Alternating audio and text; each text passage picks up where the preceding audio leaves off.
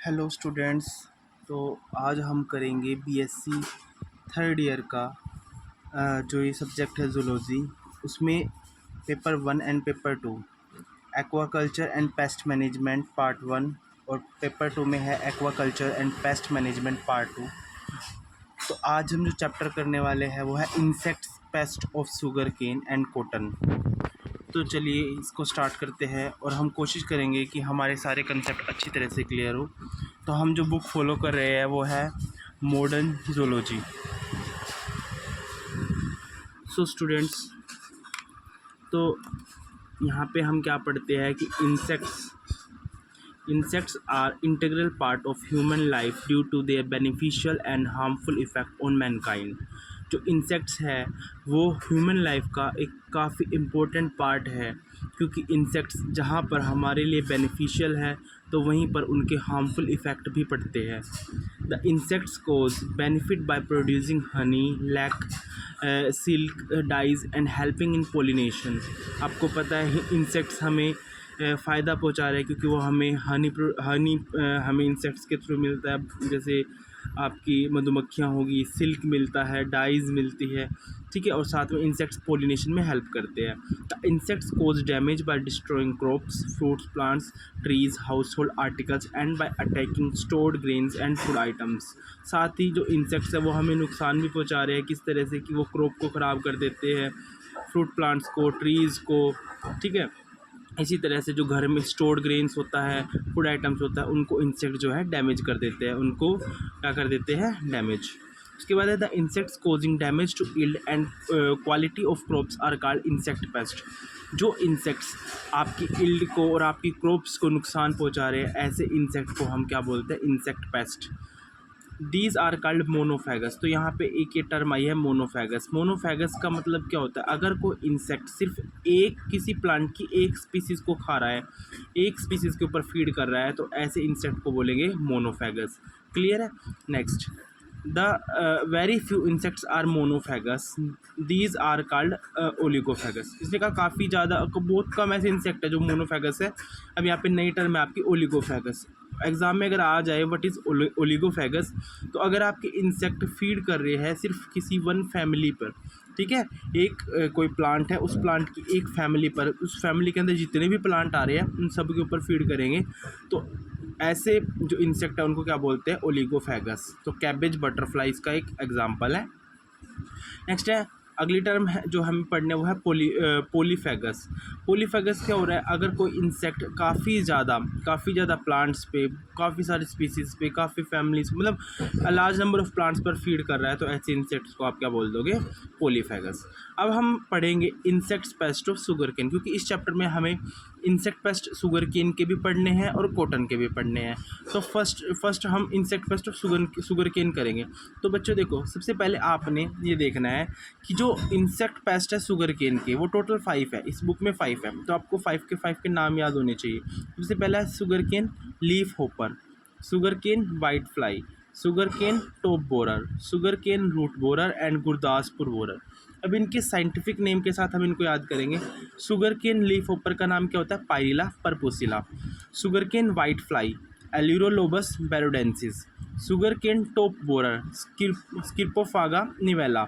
Sugar cane root borer, Emmalocera depressella. Gurdaspur borer, इसको बोलते हैं बाइसेटिया स्टिनेलस। ठीक है, आप 2-3 बार इनको पढ़ोगे, लिख के देखोगे, तो आपको 100% ये याद हो जाएंगे। अब हम क्या करेंगे, अब हम 1 बाय 1 इनकी क्लासिफिकेशन देखेंगे, इनका डिस्ट्रीब्यूशन देखेंगे, इनकी हैबिट देखेंगे, इनका डैमेज देखेंगे, ठीक है। पूरी तरह से देखेंगे कि एक इंसेक्ट को हम एक एक करके अच्छी तरह से एक इंसेक्ट को देखेंगे। तो सबसे पहले हमें देखना है शुगर केन लीफ होपर को। तो यहाँ पे नंबर 1 डाला sugar cane leaf hopper. Sugar cane leaf hopper का साइंटिफिक नेम क्या होता है, पायरिला परपुसिला, ठीक है, इसको वाकर भी बोलते हैं। उसके बाद अगर हम इसकी क्लासिफिकेशन की बात करें तो class Insecta, order Hemiptera, family Fulgoridae. अब हम इसकी डिस्ट्रीब्यूशन की बात करें तो जो पायरिला है, पायरिला कॉमनली पूरे देखो थ्रू आउट द इंडिया पाया जाता है ये। और जो आपको पता है ये किसको ज़्यादातर नुकसान पहुंचाता है? शुगर केन को, क्योंकि शुगर केन का पेस्ट है, तो it causes great loss to sugar cane crop in UP, Madhya Pradesh and Maharashtra. तो यूपी, मध्य प्रदेश और महाराष्ट्र में जो है ये ग्रेट लॉस कोज करता है। उसके बाद है, इसको कॉमनली क्या बोला जाता है? इसको कॉमनली अल या फिर घोड़ा बोला जाता है। इसकी जनरल अपीयरेंस की अगर हम बात करें कि दिखाई कैसा देता है, तो इसका कलर होता है स्ट्रो कलर्ड का, ठीक है, मतलब स्ट्रो कलर्ड। उसके बाद विद 2 पेयर ऑफ विंग्स, इसके जो विंग्स है वो 2 पेयर होते हैं। जैसे मान लो ये मैंने बना दिया, एक पेयर ये रहा, एक पेयर ये रहा, ठीक है, 2 पेयर ऑफ विंग। उसके बाद it is 8 to 10 mm long insect, it has anteriorly elongated, आगे से इलोंगेटेड होता है इसका head, and bears prominent red eyes, और इसकी आइज़ कैसी होती है? रेड, प्रोमिनेंट मतलब अलग से दिखती है red eyes. A pair of whitish brown anal processes, इसके यहाँ पे एनाल प्रोसेसेस, वाइट कलर के एनाल प्रोसेसेस जो है वो दिखाई देते हैं, जो कि वाइट वैक्स से कवर्ड होते हैं। उसके बाद फूड प्लांट्स, क्या होता है इसका फूड? पायरिला पर्पुसिला का फूड क्या होता है? इसका फूड मेजरली क्या होता है? Sugar cane. बट अगर इसको शुगर केन ना मिले तो ये व्हीट, मेज, ओट, बार्ले, बाजरा और सोरगम पे भी अटैक करता है, ठीक है। हैबिट्स की बात करें तो जो एडल्ट और निम्फ है, जो पायरिला पर्पुसिला के एडल्ट और निम्फ है, वो लीव्स पे जो है फीड करते हैं, और लीव्स पे जैसे फीड करेंगे तो वहाँ से सेल सैप को सक कर लेंगे। जब सेल सैप को सक कर लेते हैं ना, तो जिसकी उसकी वजह से जो पत्ती का रंग हरी की जगह पेल येलो पड़ जाता है। The breeding is perform through out the year, पूरे साल ब्रीडिंग करते हैं। एग कब कब ले करते हैं? अप्रैल, मई, अक्टूबर, नवंबर, इसमें ये अपने अंडे देते हैं। अगर हम इसकी लाइफ साइकिल की बात करें तो the insect breeds through out the year. Eggs, the female hopper legs eggs in a cluster of 300 से 500 eggs on the lower surface of leaves in summer. देखो अंडे कहाँ देते हैं अपनी लाइफ साइकिल में? सबसे पहले क्या करेगी, जो फीमेल पायरिला पर्पुसिला होगी वो क्या करेगी, एक लीफ है ना, लीफ का लोअर सरफेस ढूंढेगी, और यहाँ पे जाके इस लोअर सरफेस पर 300 से जाके 500 एग्स को ले करेगी। ऐसे यहाँ पे 300 से 500 एग्स को ले करेगी, और ये कब की बात है? इस समर की। लेकिन अगर विंटर में क्या करेगी? विंटर में लीफ के इनसाइड जाएगी, ठीक है, लिखा हुआ है लीफ शेथ के इनसाइड, वो लिखा हुआ है। And inside the leaf Seth during winter, winter मतलब अक्टूबर से नवंबर में। द एग्स आर ओवल, जो इसके एग होता है वो ओवल होता है, शाइनिंग होता है, पेल येलो और green in colour. These are covered by white filamentous material secreted by anal processes of the female, ठीक है। जो इसके अंडे होते हैं, जैसे इसकी एग है, इनके एग के बराबर में एक कवरिंग होती है, ठीक है, एक कवरिंग होती है। और जो कवरिंग होती है ना, वो कहाँ से सिक्रेट होती है? वो सिक्रेट होती है एनाल प्रोसेसेस से। अभी आपको एनाल प्रोसेसेस बताया था, यहाँ पे ये जो एनाल प्रोसेसेस है, यहाँ से वो वाइट कलर का जो सब्सटेंस है वो सिक्रेट होता है, ठीक है, जो कि एग को सराउंड करता है। अब निम्फ, एग के बाद कौन आएंगे? निम्फ। जैसे ही एग हैच होएंगे तो एग में से निकलेंगे निम्फ। तो जो एग होते हैं वो 7 से 22 दिन में हैच हो जाते हैं, ठीक है, अंडे देने के बाद। देखो गर्मियों में एक यहाँ पे देखो हैक है यहाँ पे कि गर्मियों में तो 7 से 22 दिन बाद जो अंडे हैं वो हैच हो जाते हैं, लेकिन विंटर्स में लेट हो जाता है। विंटर में काफ़ी टाइम मतलब मंथ भी लग जाते हैं अंडों को हैच होने में। उसके बाद the freshly hatched nymphs are cream coloured, soon turns into pale brown color and have a pair of characteristic anal filaments।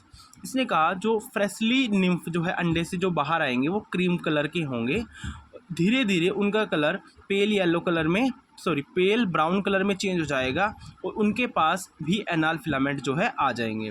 Nymph जो है वो फीड करना स्टार्ट कर देंगे सेल सैप के ऊपर, ठीक है, लीव्स की सेल सैप के ऊपर।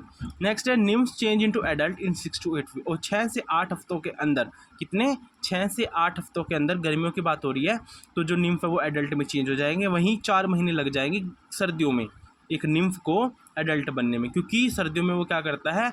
अंडर गोइंग 5 मोड्स मतलब उसके अंदर चेंजेस आते हैं। उसके बाद देखो ये एग है लीफ की लोअर सरफेस पर, ये एग है, एग से निम्फ, निम्फ से मेल, ये फीमेल, ठीक है। फीमेल लॉन्गर होती है और मेल थोड़ा उससे छोटा होता है। उसके बाद एडल्ट की अगर हम बात करें, adult is 8 to 10 mm long and straw coloured. Life span of male is 5 to 7 weeks और life span of female is 5 to 8 week. देखो फीमेल बड़ी है तो ज़्यादा दिन तक जिएगी, 5 से 8 हफ्ते, वहीं पर मेल 5 से 7 हफ्ते। The entire life cycle is 40 to 60 days. 40 से 60 दिनों में इसकी पूरी लाइफ साइकिल जो है वो ख़त्म हो जाती है। Normally 4 generations are recorded in a year. एक साल में 4 जनरेशन्स इनकी रिकॉर्ड की जाती है। अगर हम डैमेज की बात करें, both the nymphs and the adults can damage by sucking the cell sap of succulent leaves. क्या करेंगे, जैसे लीव्स होती है, लीव्स सक्यूलेंट होते हैं, ग्रीन कलर की अच्छी ताज़ी लीव्स है, उनके ऊपर फीड करेंगे। फीड करने के बाद उसका सारा सेल सैप को ये सक कर लेंगे, जिसकी वजह से क्या होगा, जिसकी वजह से जो सक्यूलेंट जो लीव्स है उसके अंदर से सारा का सारा जूस निकल जाएगा, तो लीव्स ड्राई अप हो जाएगी और turn pale. The insect secrete, साथ ही जो ये पायरिला पर्पोसिला है, ये अलघोरा है, तो ये क्या काम करता है, ये एक स्वीट स्टिकी ट्रांसपेरेंट फ्लूइड भी निकालता है अपनी बॉडी में से, जिसको हनी ड्यू बोलते हैं। अब ये हनी ड्यू क्या करेगा, ये हनी ड्यू जो हार्मफुल फंजाई होती है उसको अपनी तरफ अट्रैक्ट करता है और वो फंजाई ब्लैक कलर के स्पॉट्स बना देती है लीव्स पे, शूट्स पे। अब ब्लैक कलर के स्पॉट्स से क्या होता है, जो रेट है फोटोसिंथेसिस का वो रिटार्ड हो जाता है, वो घट जाता है। तो इसी तरह हम कह सकते हैं कि ये इंसेक्ट क्वालिटी के साथ साथ क्वांटिटी ऑफ क्रॉप भी अफेक्ट करता है, ठीक है। और इसके थ्रू 35% लॉस जो है वो देखा गया है कि 35% लॉस जो है इल्ड का इसके थ्रू होता है। अब कंट्रोल की अगर हम बात करें, कैसे कंट्रोल किया जा सकता है पायरिला पर्पोसिला को, इसको जैसे कि अगर हमें पता लग जाए कि इसके एग कहाँ पे है, वो सरफेस पता चल जाए लीफ का जहाँ पे इसके एग का कलेक्शन है, तो उसको बर्निंग उसको दबा के, उसको जला के और उसको स्प्रे करके, ठीक है, फिनाइल वाटर से हम इसको हटा सकते हैं। रेटून क्रॉप शुड बी अवॉइडेड। जो एक रेटून क्रॉप क्या होता है, वो जैसे कि आप एक क्रॉप के बाद तुरंत उसी क्रॉप को फिर से उगा दो, उसको काटने के बाद फिर उगा दो, तो इस प्रोसेस को बोलते हैं रेटून क्रॉपिंग, ठीक है। तो इसको अवॉइड करना चाहिए। The resistant variety of sugar cane should be grow shown.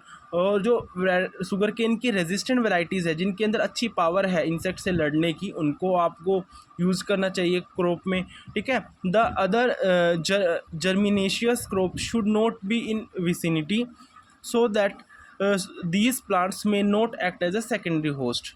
The other germinaceous crop should not be in vicinity. जो दूसरी जर्मिनेशियस क्रॉप्स है, ठीक है, उनका यूज़ नहीं करना चाहिए आपको कमी में, ठीक है। The infested crop should be dusted with. और जो अगर आपकी किसी क्रॉप के ऊपर अटैक हो चुका है पायरिला पर्पोसिला का, तो उस केस में आपको क्या करना है, 5 से 10% आपने BHC लेनी है, BHC को उसके ऊपर स्प्रे करना है, ठीक है, बेंजाइल हेक्साक्लोराइड। उसके बाद the spraying of 0.25% endosulfan and 0.025% fenitrothion और 0.012 से लेकर 0.25% अगर आप वेटेबल पाउडर का यूज़ करते हो, तो वो भी आपकी फसल को ज़्यादा नुकसान होने से बचा सकता है। और 7th है यहाँ पे कि अगर आप स्प्रे कर दो 0.0% एंड्रीन at the rate of 500 litre पर एकड़, तो उससे भी कंट्रोल किया जा सकता है पायरिला को, ठीक है। तो ये यहाँ पे हमने पायरिला पर्पोसिला का हमने डिस्ट्रीब्यूशन देखा, इसकी general appearance, food plants, habits, eggs, NIMS. उसके बाद हमने एडल्ट्स देखा, डैमेज किस तरह से करता है और इसका कंट्रोल कैसे किया जा सकता है, ठीक है। तो नेक्स्ट लेसन में हम करेंगे शुगर केन वाइट फ्लाई को। Thank you so much. अगर आपको ये